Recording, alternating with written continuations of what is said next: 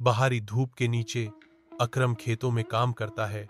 उसका माथा पसीने से चमक रहा है, जो उसकी अटूट समर्पण का प्रमाण है।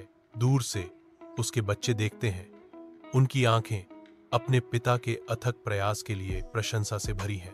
अकरम अपने बच्चों की ओर देखता है। उसके होठों पर मुस्कान आती है। फिर वह नए जोश के साथ अपने काम पर लौटता है। अखंड धूप के नीचे अकरम ईंट के भट्ठे पर काम करता है। उसकी हरकतें दम घोंटने वाली धूल और धुएं के बीच लयबद्ध है। हालांकि उसके कपड़े दिन के श्रम से सने हुए हैं, अकरम अड्ढा रहता है। हर ईंट के साथ लचीलापन का प्रतीक है जो वह रखता है। अकरम की थकान दूर हो जाती है जब वह अपने बच्चों को देखता है।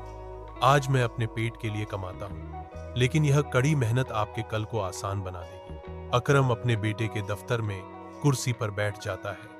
एक ऐसा पल जो भावना से भरा हुआ है। मेरी जिंदगी की सारी मुश्किलात आज कामयाब हो गई, कथन फुसफुसाता है, जो अकरम की उपलब्धि की गहरी भावना को रेखांकित करता है। उनके बेटे ने उन्हें आश्वासन दिया, अब आपको कोई काम करने की जरूरत नहीं है, अब हम हैं। एक ऐसे भविष्य का वादा करते हुए जो श्रम से मुक्त हो,